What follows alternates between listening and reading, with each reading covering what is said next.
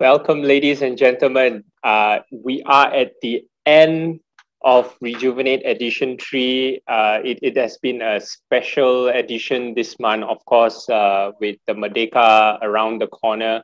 And we've been featuring a lot of inspiring Malaysians, a lot of Malaysians that have come on the show today and yesterday and shared a lot of their experiences, shared a lot of their wisdom and advice, especially for youths. We kept the best for last.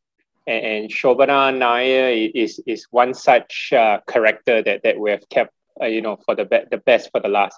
Sobanna, welcome to the show. Sobanna is a fifth year medical student at UKM, University Kebangsaan Malaysia, under the Faculty of Medicine. And she's also a YES alumna from 2015. We will get into those details in a short while. But in the meantime, Sobanna, I would like to welcome you again to the show. Thank you very much, Andrew. Thank you for having me. That's a lot of praises, saving the best for last. No, I'm just an ordinary student. No. we every Malaysian are extraordinary because when I started Rejuvenate in June, only then did I it really hit home to me that there are really a lot of Malaysians out there who are doing amazing work or who have achieved amazing things and things that I can only dream of. We talked about this offline.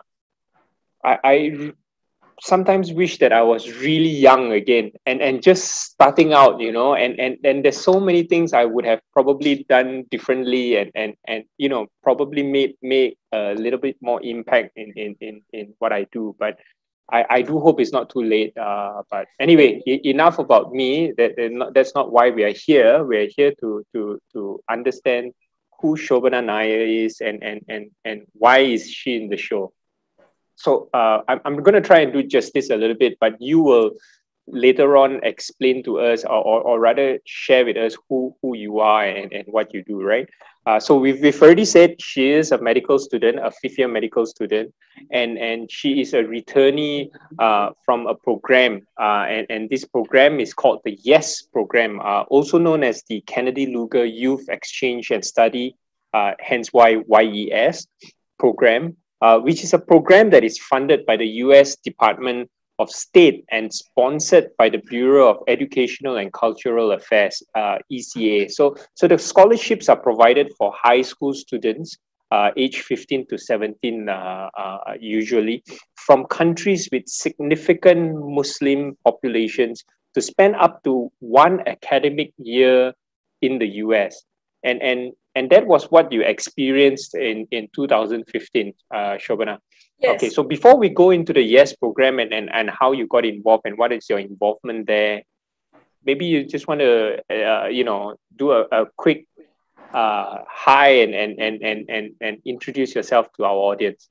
All right. So hello, everyone. Thank you for tuning in. And thank you, Andrew, for this opportunity. So I'm Sobanna Nair. So I'm currently a fifth year medical student in University Kebangsaan Malaysia, Faculty of Medicine. So speaking of the YES program, so Andrew has given a brief introduction what YES is all about. So how actually I got into this YES program? So firstly, when I was in high school, this was back in Form 5. So when I was in Form 4, actually, my senior, Neville, I have to thank him. So Neville actually went on this program, this exact YES program. So he's a year senior to me. So he went on this program.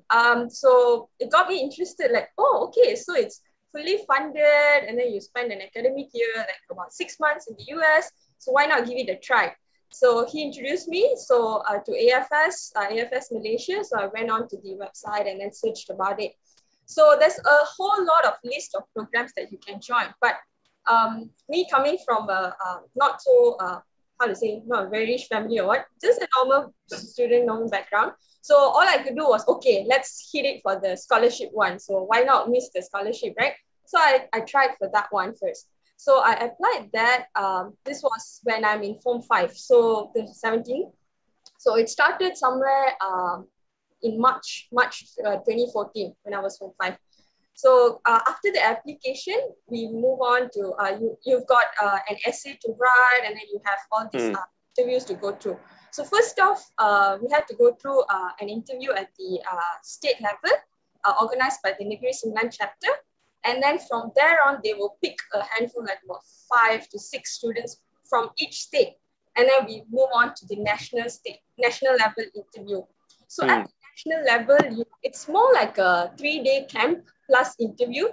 So it doesn't kind of give you like a very stressful moment until it's the time for the interview. So we had like a camp with about 100 over students from each state coming in. Through the camp, we also taking some proficiency exam, English language proficiency exam. And then moving on to the interview. So over there, the interview got a little tougher. So they ask you more questions. They give you situational questions and all. Like, okay, so what if you're placed in this kind of situation? What if this happens and all? So bear in mind, because we are going after SPM. So my SPM ended somewhere around early December. So I left in 2015. So I was already 18 by then. So January up to June in 2015. So they will ask you various things like, okay, so what about you going into the program? You have to like make sure it doesn't affect your academic after that. So if you're like a high achieving student, someone who's actually hoping to get a JP scholar and go on, so you can't like step out halfway through the program. You have to complete 6 months. So I was ready for it because I was like, okay, because my dream is something else, maybe not the JP scholarship, I'll have something on the other end. So yeah, so that's how it got me started to joining in. So Sobanna, just to put things into perspective, it almost took a year for when you kind of found out about the program and signed up or rather applied for the program, all the way to you leaving KLIA, for example. Yes, correct. Almost a year. Yeah. So once you get selected, so there were 45 of us after getting selected in the national camp. So we proceed on. So I really have to thank the US Embassy, AFS Malaysia and all, because they had to do the linking, finding the host families for us back in the US, and then arranging us for the visa applications and all. And then meanwhile, on our end, what we had to do was to get all the medical tests done. So there were a few vaccines that I had to take all over again, like MMR vaccine once we took a long time ago. So you need to take the booster dose. So that was on our end. But otherwise, visa and all, the whole process of this program, the whole 6 months, it was paid for.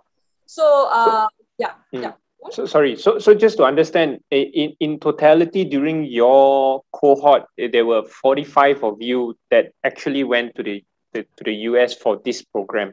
Correct. Yes. And that number, I don't know if you could answer me, but that number changes every year, or is every year a fixed thing where 45 students actually go to Malaysia? Go to the US. Yes.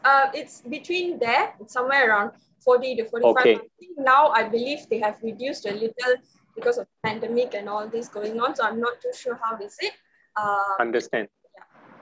Fantastic. So obviously you had to go to a site to do this registration and whatnot. Yes. Yes. Okay. So was it easy for you to look for all this information? I mean, if we were to type in program or something like that, it should pop up on Google and yeah. So the best way to find information would be you just typing in AFS Malaysia, and the AFS Malaysia.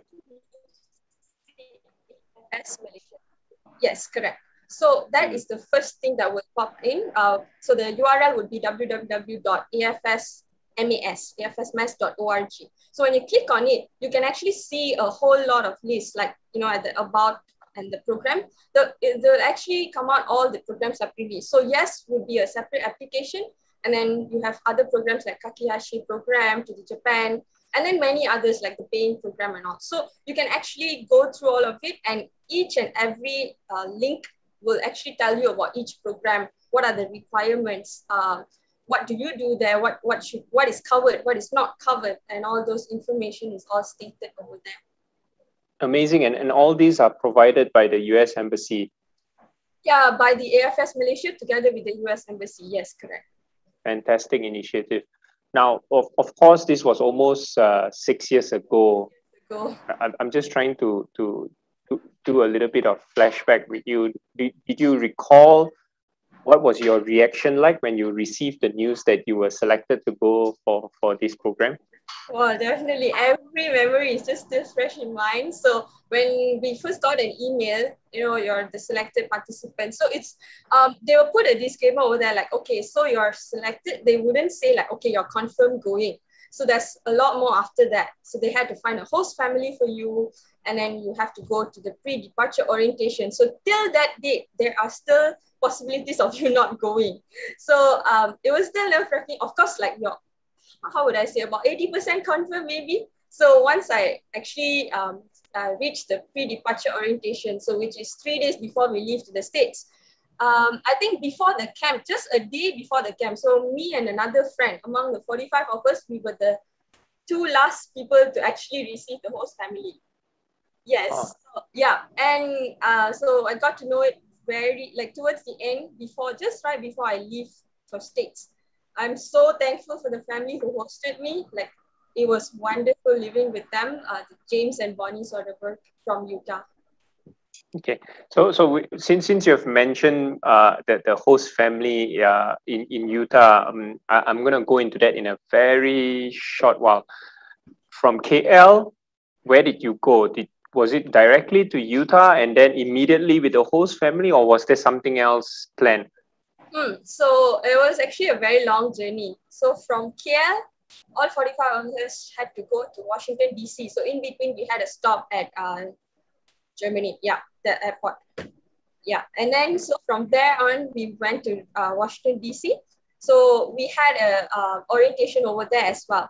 So what happens is that all students from various countries were on this YES program. So because it's from a highly Muslim populated countries, right? So they all come at the same time?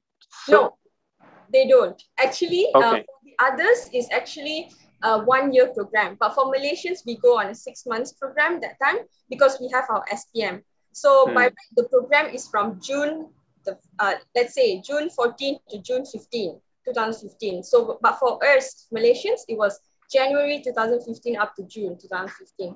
So all the others had a different orientation, but we got to meet every one of them during the before we depart in June. So that's when we met them. So because Malaysians come a little later in January, so we had to stop at Washington, D.C., have an orientation over there. So they will explain to you about things about the US, what you should expect, what you should do, what you should not do, and all those stuff. And then that's where I had my experience of the first snow in Washington, D.C. Because I did not see much snow in Utah. So in Washington, D.C. was my first snow. And we had lots of fun there in the camp. So from there, we actually split our ways. And it was also my first time traveling alone after that. So all the way to Utah, I had another stop in Atlanta, Georgia. So it's technically 4 flights from KL. So 2 flights to DC, and then a camp, and then 2 more flights to reach Utah. A long journey. Yeah. Once you arrive at Utah, I'm sure along the way when you already found out about your host family and whatnot, I'm sure there were a lot of scenarios playing in your head, right? Like, oh, who are these host family? How are they gonna look like? How they're gonna treat me, etc., etc. Obviously, from your big smile that you're giving us right now, everything turned out well. But what was playing in your head at that time? Actually, we were told not to have a lot of expectations. So I was actually keeping my mind free. This was something that told us repeatedly in the camps. So which was very helpful. So I actually had very, very little expectations. Well, I cannot say no expectations. Of course I do, human. So just a little bit of expectation. But I was just hoping that, okay, so me getting the host family, it's already a huge thing for them to agree to even host you.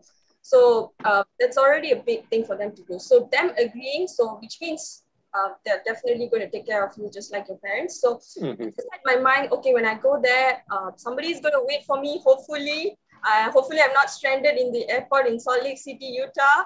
That was the biggest fear. So when I came down those escalator, I still can remember like they were holding, welcome Sobanna with the board, and family, yeah. Are they an elderly couple do they have family with them, as in other children as well, or are they, middle age? So they're middle age. They have four kids of their own, and one of their three daughters and a son. So one of their daughter actually was in Germany for an exchange program. So there were two older sisters for me, and then one younger brother at home. And plus, my host family was super kind. They actually hosted two more extra people. So there was me, an exchange student, and then there was another boy from Germany who was on the similar AFS program, but on a different scholarship program. But he has already been there since his program was 1 year. And then hosted another boy from Idaho. So this boy came into Utah. He's American, but he came into Utah just for some ice hockey tournament purpose. So he was also with us. So there were lots of kids at home. And yep, it was like the elder sister to the boys. But I have two older sisters. Yep. Was there in any point in time you thought about home, coming home, or did that adrenaline stayed with you throughout the 6 months? It's like a bell-shaped curve. It goes up, and then slowly there's a time where you do feel like, okay, you will miss something. And at that time, yes, definitely. But I must say that my host family actually, they never allow me to feel so like, I didn't miss home terribly because it was just like Malaysia.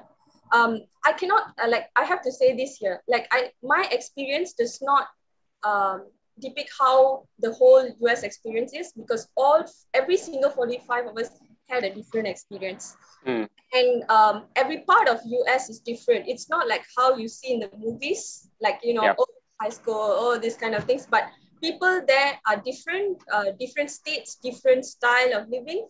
And it's very interesting that I actually got to stay with a Mormon family. So I was the only Malaysian in Utah, and I got to stay with a Mormon family. That's actually very rare. Malaysians actually stay with Mormon family, and I'm blessed I got that opportunity. And it's very rare to have a guest speaker on Rejuvenate who have stayed with a Mormon family in America as well. Thank you. So, okay. Before I move on to the next thing, I'm sure you missed home not because of home per se and family. I'm sure it's because you missed the nasi lemak, the idli, the roti canai, the teh tarik, satay, and prawn mee, chao kway teow, and all that, right? I'm sure. Definitely, that was one of it. Definitely. But then I decided to actually make nasi lemak towards the end. I think about 4 or 5 months later, I asked my mom for a recipe, made the nasi lemak for my host parents. Yeah, they actually kind of loved it. Not too good, I would say. It wasn't my best, but then it was okay, edible. So yeah. Fantastic. Fantastic brand ambassador for Malaysia, right? It's always the food that gets the conversation going and gets the heart yearning for more. Okay, so we've covered the host family. Now, explain to us. So far in our conversation here, it's giving people the impression that the YES program is just going there to stay with a host family. But what do you actually do? Right, true. So host family is one part of it. Besides that, like what you have mentioned earlier, brand ambassador. Yes, you're actually representing Malaysia as a youth ambassador to the US. And believe me, a lot of people do not know where Malaysia is. Of course, until today. Yes. I speak to adults from all over the world. It's a struggle for most people to identify where Malaysia is, which is very sad. And yeah, I mean, I don't want to go on, but please, sorry, I don't mean to interrupt.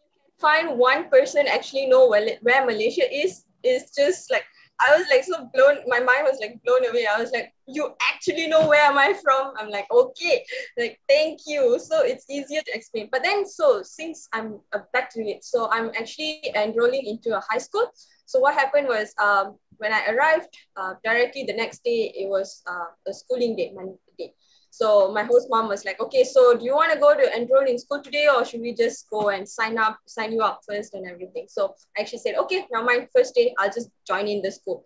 So high school, joining the American high school was a whole lot of new experience.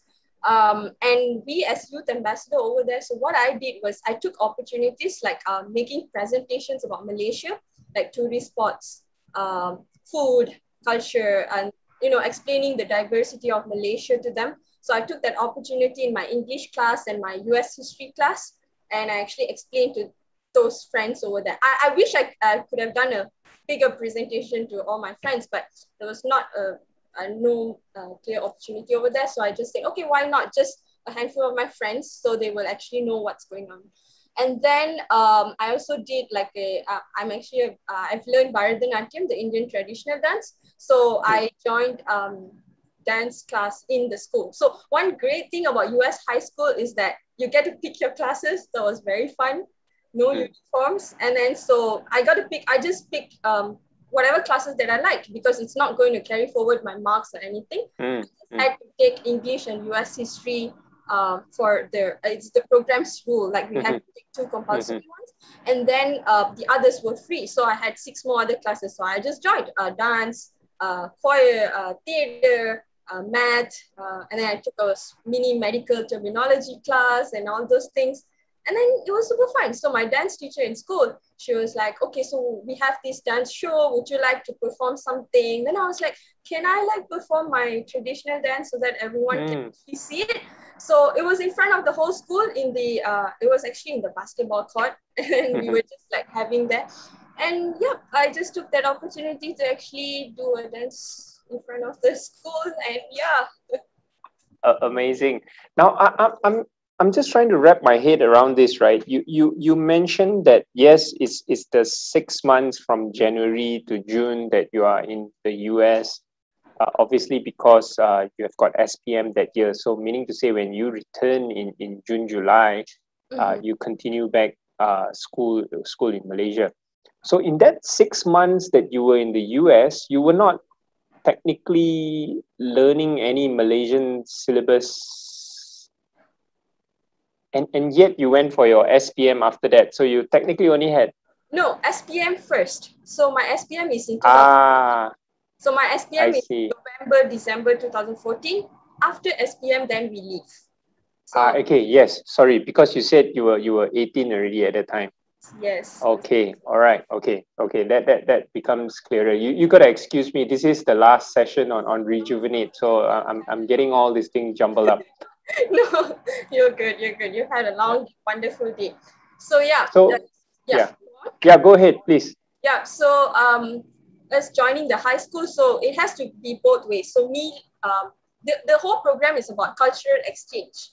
It's not about study exchange. So a lot of people will be like, okay, scholarship for education purpose, but not many people who actually want to take up just to go on a cultural exchange, to explore the world, to learn about people, learn about the culture. So it has to go both ways, right? So me delivering what Malaysia is. So I decided, okay, so I will participate in whatever it is with the high school, the Mormon culture and all. So one great experience was joining the high school prom. And also we had another dance event in the high school. So it was super fun. Getting, it was like all very new for me from the day I actually set foot in the US, seeing all the experience, even a very little experience, like, going to the supermarket like Walmart. People there will treat you like, they come to you and they'll be like, hi, good morning, good afternoon. And then it's like, once they pack all your stuff and they'll be like, thank you, have a nice day. I'm like, I was very amazed. Like, you don't get that often in Malaysia, but that was something that we can actually take home. So very little things like this. And then culture, especially me. So I'm a Hindu myself, but then when I went there, I was living with a Mormon family, and my whole neighborhood is all surrounded by people who we see in high school. So it's a very small town. So people that you see in high school are also your neighbors, are also your church friends. So I actually attended their Sunday school and their church services. And yeah, I participated on it on a weekly basis. I tried my best to involve as much as I can with my family. And my family was super nice. They took me around for like hiking and a lot of visits and all. We traveled a few states. But again, I have to say that every experience is unique and different. Some of my friends may have had a whole lot of different experience. Like some people actually lived somewhere in like a horse farm, those kind of area. Everybody had a different experience. Yeah. Okay, so to be clear, you don't get to choose where you go, right? In terms of where your host family are located. Yes, correct. They will find for you the family. I suppose once you sign up for the program and knowing what you are signing up for, you are in a way already open to this sort of experiences, right? I have a couple of questions here that I want to address. It's from the audience.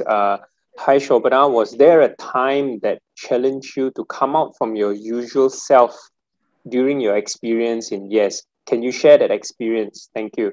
So, of course, you spoke about dancing, the traditional dance in front of the school. But was there anything else that got you out of your comfort zone, I suppose? I must say sports, because I don't play sports here that much. The only thing I do is like I just do some basic 100-meter running and all. So I decided when I went to States, I saw, okay, so this is like the springtime. There were spots open for a few spots. So I decided to sign up.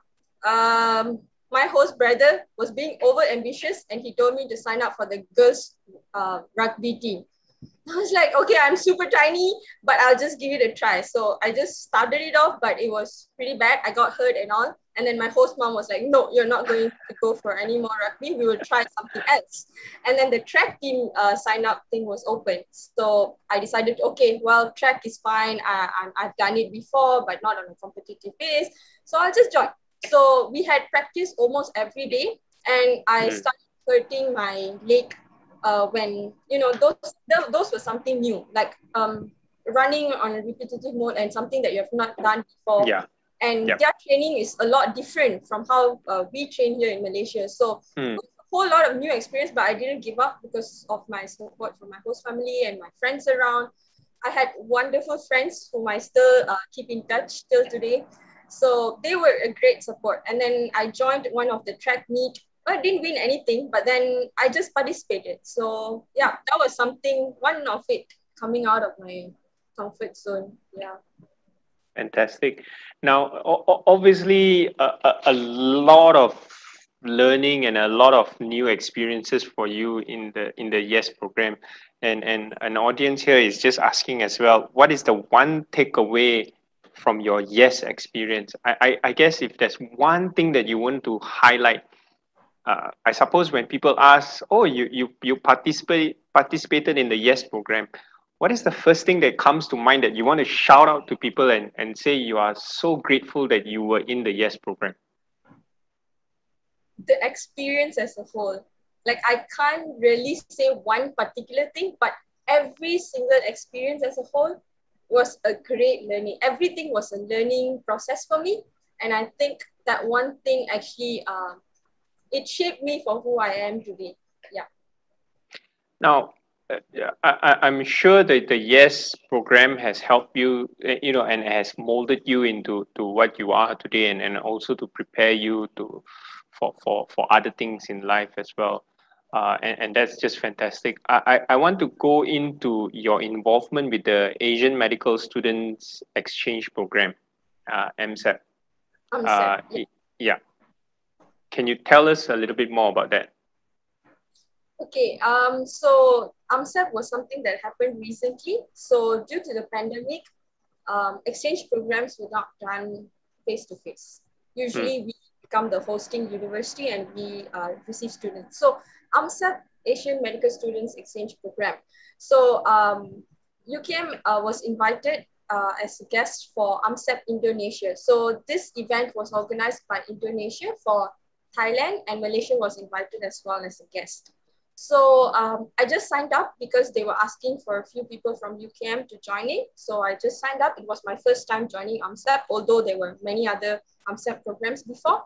So I was like, okay, now I just give it a try. It's a virtual thing, 7 days, and it's only for a short period of time because we were having classes during the day. So it's at night, about 7 to 10 p.m., 8 to 10 p.m. like that. So I was like, okay, so why not? I was not having a heavy posting rotation that time in my medical school, so it was okay.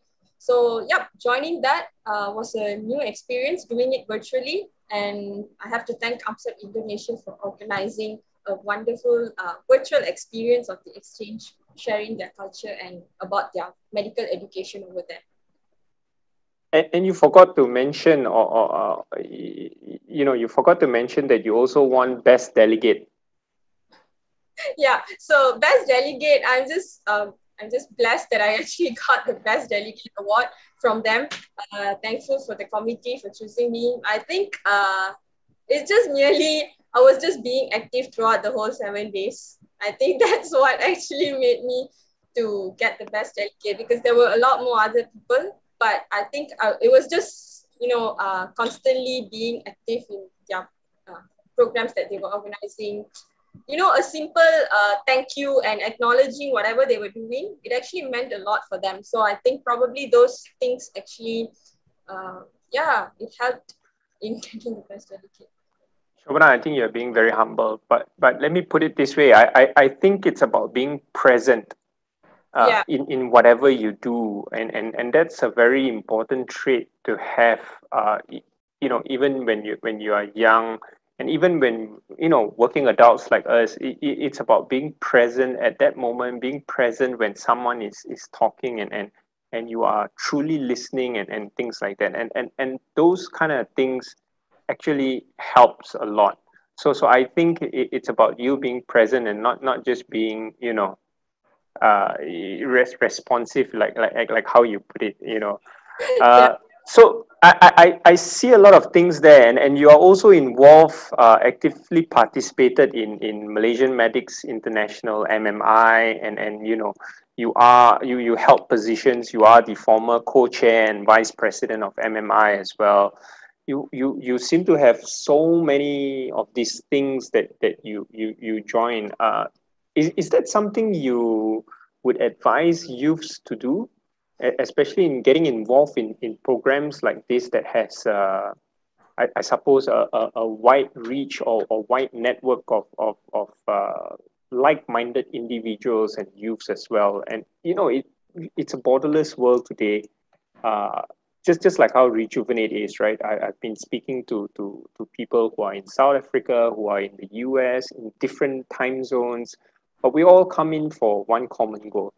So do you think that that's a wise thing for youths to look at, to get more involved in this sort of a program? See, I get this question a lot. Like, I have had friends who tell me, you're being overly active. It's going to affect your education. It's going to affect your medical degree process. Yes, there are ups and downs. I don't say there's always high time for me. So things happen, but then at the same time, I actually learn a lot by joining these various kind, and I like doing it. So at the end of the day, it's just me being myself, and I would like to say to all the youths who are listening, just be yourself, because that's what, if you want, that's what you wish for, and you like doing it. So why not give it a try?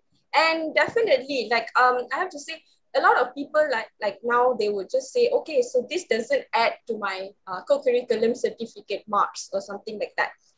It's not a plus thing for me when I go for any interview. So I must say, like, even the YES program, like, it's not part of my co-curriculum anymore because I've left school. So when it's like a thing where I have to say, like, first thing, when I went for interview, so after coming back from YES program, joining matriculation after that. I had to rush through my matriculation after that because I was a little late. After that, finishing matriculation for a year, I had to go for my medical interview. So there, first step over there. From there, it's like an added benefit for me because it's not my first time interview. For a lot more people out there, you going into the degree, maybe that's your very first interview. But for me, the YES program was already a start, a mini interview for me. So when I went in for my medical interview, it's like a bonus. So you have, of course, you have the fear, but it's just a little lesser, and you know how to present yourself.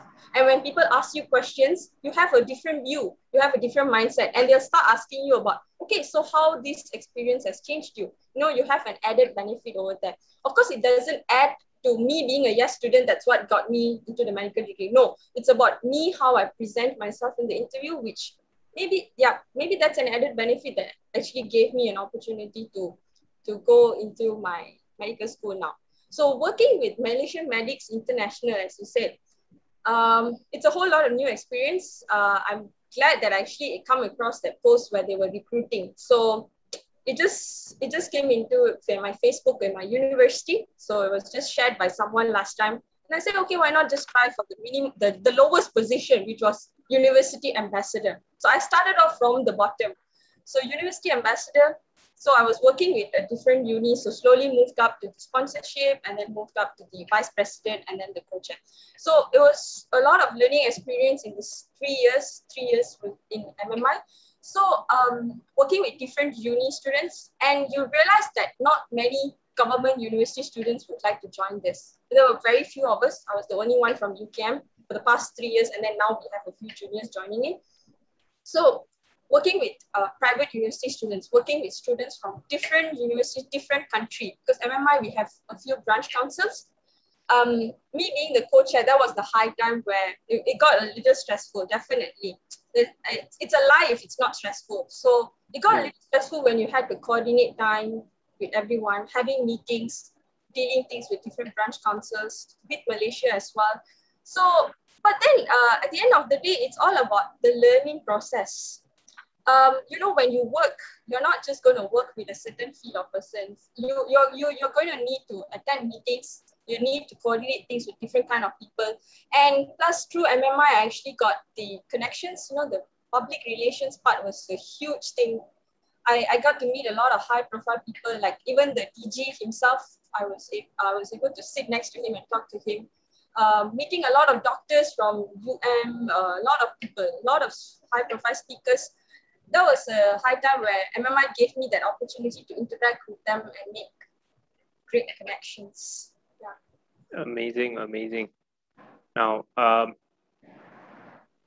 your word of advice, or rather, what would you say to a parent who are perhaps apprehensive in terms of sending their kids off to such a program or get involved? So exactly like what you said about your friends telling you, hey, you're wasting too much time in this, you're overly active, it's going to affect your studies, etc. But we are in a new world. Of course, it may not be a 6 months thing in the US in this current situation with the pandemic, right? But what would your sharing still be for parents who are apprehensive about getting their kids involved in this sort of a program? Yeah, great question. I was about to come there. So it wouldn't have been possible without the support I received from my mother, who actually supports me. And she's like, okay, even from the YES program, even if she said one word, no, you're not going, I wouldn't have been going at all. And then me joining all these things is my own will. And then I tell my mom, okay, so I'm doing this. So she'll be like, okay, are you sure you're going to take this up? If you think you can handle, yes. And to parents out there, I think it's all about you letting your child to explore, not forcing them to do something. And as they learn from these experiences, they're going to learn a lot of skills, which when they go out and work, people are going to look for it, like communication skills, teamwork, able to coordinate things with a lot of different people. So, the people skills is important right now. And to parents out there, don't be afraid and try to keep them. It's not just about living in the four walls, living in your comfort zone.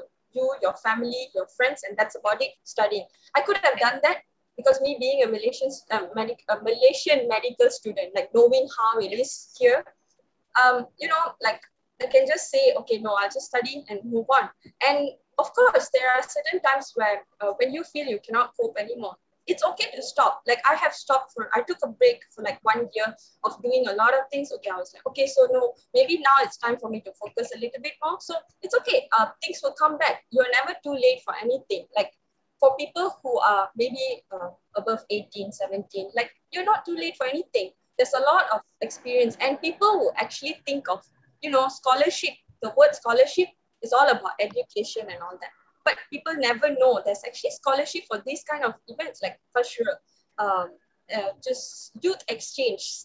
Even in universities, you have a lot of exposure to those things. There's a lot of applications out there. You just have to find for it.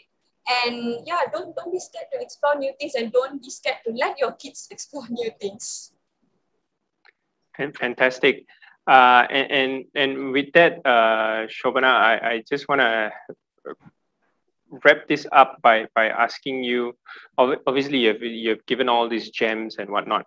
There is just one last question here that I for the benefit or to respect the audience here who have posted the question. Did you face cultural difficulties in the US? Cultural difficulties. For me, myself, not much, because I went there with very low expectation, and my point of view was, adapting. It's all about adapting, how you adapt. Of course, it's not like, okay, today you go in, you just adapt right away. It's not like that. Meeting how they, the social life of the Americans is different. Us being a little reserved, you learn from what you see, from what you observe, you slowly adapt. So it was definitely a little bit difficult for me, but then I would say I just had a wonderful experience, nice people around me, and I like initiating. So I decided, why not wait? No, I wouldn't just wait for someone to come talk to me. I'll just talk to people, make friends. So it's your first move. So I think that helped in making other people comfortable with you as well. So yeah, I think it wasn't much of a difficulty for me, but there were certain friends. So as I said, different people had different experience. There were certain friends who were cornered in the high school. That happens. Like I have to admit that happens, but it takes time. And then when people know you, you start being, then my friends had a great experience. Like maybe the first 2 weeks were like, we really don't know what's happening. They faced that. And then later when they started, getting around with all the people, learning about it, people were very welcoming, and they just started having a wonderful time. So by the end of 6 months, they had a lot of stories to tell. So it's just how you take it. Yeah. Fantastic, Sobanna, and I guess that wraps up the whole session very well. And it's also great that we are wrapping up Rejuvenate Edition 3 as well with Sobanna. Thank you so much for your time coming on the show with us and agreeing to speak to us about this. You are a fantastic brand ambassador for Yes, the Yes program, I have to say. And just one last thing as well.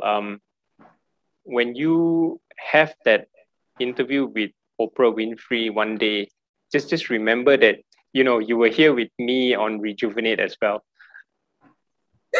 No, this is my first ever talk show, and I'm so blessed, so thankful for this. No. We are so blessed and thankful to have you. And Sobanna, once again, on behalf of the team, wrapping up the 2 days of Rejuvenate Edition 3, I would like to say a big thank you to you. And I hope you stay well and stay safe in this current pandemic. And of course, maybe last words from you, Sobanna. It is we are approaching the weekend of Merdeka. Do you have something to say to fellow Malaysians? Yep, so since it's advance, happy Independence Day to all Malaysians who are tuning in, and to all youths out there.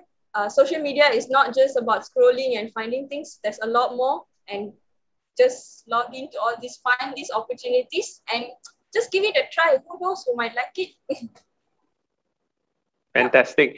And Sobanna, with that, I bid you farewell, and I do hope we keep in touch. I will be keeping an eye on your progress and see what other fantastic achievements you will be logging into your life journey. And with that, thank you so much. And to all our audience on Rejuvenate, it has been great. It has been fantastic 2 days. Just know that we will be back next month. And when we come back next month, it will be about celebrating life. And what is that all going to be about? You've got to follow us on LinkedIn. You've got to follow us on Facebook for you to find out what the next edition, which is edition 4, all about. 23rd and 24th of September 2021. So till then, this is me, Andrew, signing off on Rejuvenate Edition 3. All right. Thank you. Take care. Bye-bye. Hi, my name is Aru. I am one of the researchers and co-founders at Klima Action Malaysia, which is a climate justice movement here based in Kuala Lumpur.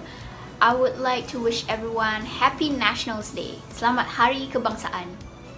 Greetings all, it's Conso Titus here from Melbourne, Australia. Just dropping a short little video message here to my friend Andrew Tai and all his colleagues at SNAPC at the Malaysia's premier virtual event solution provider. Selamat Hari Kebangsaan to all of you. Wishing you all a safe, healthy Malaysian Independence Day on the 31st of August. Please take care of each other and enjoy all the Independence Day celebrations. See you soon. Hello all, this is Craig Langley. I run a global business development agency based near London, and I'd just like to wish everyone a very happy National Day. Selamat Hari Kebangsaan. Hi everyone, my name is Ria Eichmann. I'm a global skills coach and an intercultural trainer based in Brisbane, Australia. I would like to wish you all a happy National Day. Selamat Hari Kebangsaan. Hello everyone, my name is SLAVCHEVA, CEO at Innovate Circular and Sustainable and founder at SO, based in Oslo, Norway. I would like to wish you a wonderful national celebration. Selamat Hari Kebangsaan. Hey everyone, Tyler Chin here, interview coach and founder of Transform Cultures. Just want to stop by and wish all my fellow Malaysians a selamat menyambut Hari Kebangsaan. Stay safe everyone and hope all is well with you. Hi everyone, my name is Siobhan Hassan. I am a transformational life and leadership coach based in Kuala Lumpur, Malaysia. I would like to take this opportunity to wish Malaysians everywhere a happy National Day. Selamat Hari Kebangsaan. Happy National Day, Malaysia. Selamat Hari Kebangsaan. I'm Serena, founder and CEO of Care Bear, a mental health technology startup and social enterprise based here in Hong Kong, where we alleviate depressive symptoms among youth. I hope all of you prosperity and most importantly, good health, and I wish you guys all the best. Bye!